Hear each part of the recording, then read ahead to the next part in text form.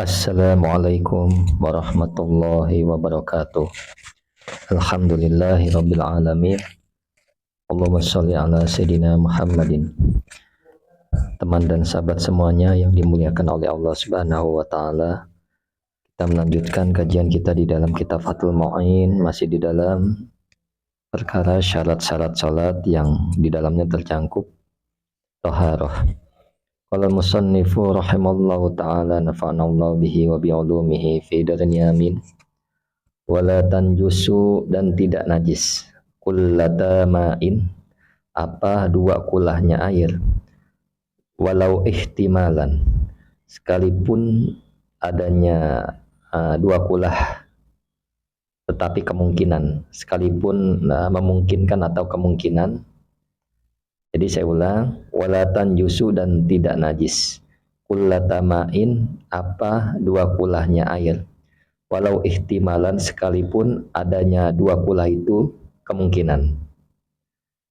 Jadi tidak najis dua kulah, walaupun dua kulahnya ini orang itu merasa ragu, masih ragu ini dua kulah atau bukan.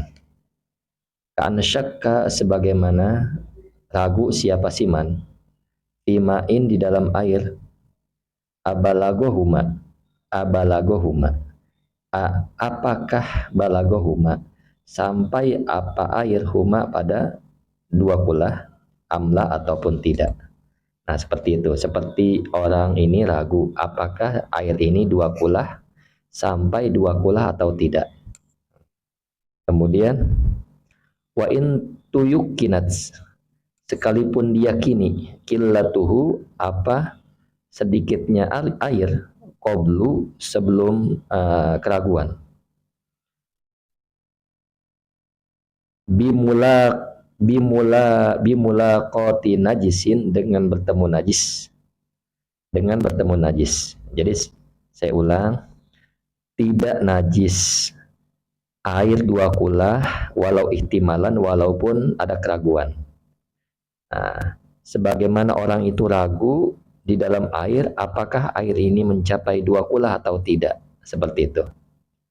Atau diyakini bahwa sedikitnya air sebelum keraguan itu. Nah, jadi diyakini bahwa air itu sedikit sebelum adanya keraguan. Sedikit dengan bertemunya najis. Jadi airnya awalnya sedikit, udah gitu bertemu najis. Nah, seperti itu. Nah, kemudian mungkin ada penambahan. Nah, tapi di dalam penambahan itu dia tidak meyakini bahwa air ini dua kulah, dia masih meragukan air ini sudah dua kulah atau belum. Nah, seperti itu. Malam yataghayyar, selama tidak berubah apa bihi, dengannya najis. Nah, wa ini stuhlikat, sekalipun rusak an-najasatu, apa najis, fihi, di dalam air. Nah, jadi air dua kulah tidaklah najis walaupun orang ini masih ragu, walaupun ada kemungkinan, artinya walaupun adanya dua kulah ini kemungkinan, artinya masih dalam keraguan. Seperti orang itu ragu di dalam air itu, apakah air itu sampai dua kulah atau tidak. Nah, seperti itu. Atau sekalipun diyakini bahwa sedikitnya air sebelum adanya keraguan, dengan bertemu dengan najis, air sedikit itu bertemu dengan najis. Nah, selama dia tidak berubah rasa, bau, dan sifatnya, atau salah satu sifatnya air tersebut, nah, dengan sebab najis, maka tidaklah najis air dua kulah ini yang diragukan. Atau walaupun sekalipun rusak najis tersebut di dalam air, seperti itu. Nah, bisa dibayangkan ya, bisa dimengerti mudah-mudahan. Sekalipun najis yang di dalam air itu larut, rusak, hancur, seperti itu. Wala yajibu, dan tidak wajib at-taba'udu, apa menjauh, min najasin, dari najis, fima'in, di dalam air, kasirin, yang banyak. Jadi tidak wajib menjauhi najis di air yang berjumlah banyak. Bagaimana misalkan sungai, ada kotoran hewan di sini gede. Sungai kan airnya banyak, atau laut. Dia wudhu di sini, tidak wajib menghindari ini, menjauh dari najis ini. Nah, kalau dia mau pergi ya, kalau dia mau menghindar ya boleh, tapi tidak najis seperti itu. Allahumma sholli ala sayidina Muhammad wa ala ali sayidina Muhammad. Kemudian walau bala, jikalau kencing siapa siman fil bahri di dalam lautan. Masalan umpamanya faltafaat lalu naik. Faltafaat lalu naik minhu darinya apa namanya? Alaut. Rogwatun apa buih fahiyah. Maka adapun rogwah atau buih najisatun ialah najis. Intahaqqaqa jika nyata jika nyata annaha apa sesungguhnya rogwah atau buih min ainin najasati dari benda najis au minal mutaghayyiri atau dari sesuatu yang berubah. Ahadu awsofihi apa salah satu sifatnya mutaghayyir biha dengannya najasah wa illa jika tidak fala maka tidak najis. Nah, keterangan ini, redaksi ini menjelaskan bahwa kalau seandainya ada orang kencing, nah, saya ulang, kalau seandainya ada orang kencing di laut, misalnya, dan faltafaat lalu naik darinya sebab kencing tersebut, darinya air tersebut, air laut, rogwatun apa buih. Jadi orang kencing lalu naik, artinya ada timbul busa, ada buih. Maka buih itu adalah fahiyah najisatun. Buih itu adalah najis. Nah, jika memang intahaqqaqa, jika pasti atau nyata bahwa sungguhnya buih itu min ainin najasati, dari benda najis tersebut. Nah, yang pertama itu, jika ada orang kencing di laut, kemudian naik dari laut tersebut rogwah buih, maka buih itu adalah najis. Jika memang nyata bahwa sungguhnya rogwah atau buih itu dari benda najis tersebut, dari kencing tersebut. Kemudian yang kedua,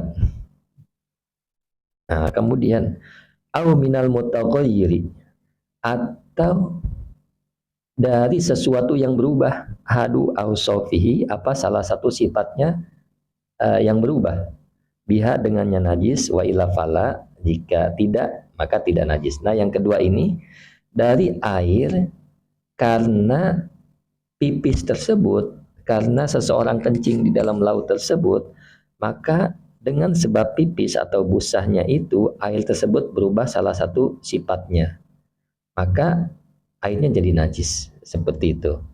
Wa illa fala maka kalau tidak demikian adalah tidak najis. Jadi seperti itu penjelasannya. Ketika orang pipis, ya tentunya busahnya itu kan ada buih ya, suka orang pipis di air yang banyak atau di laut.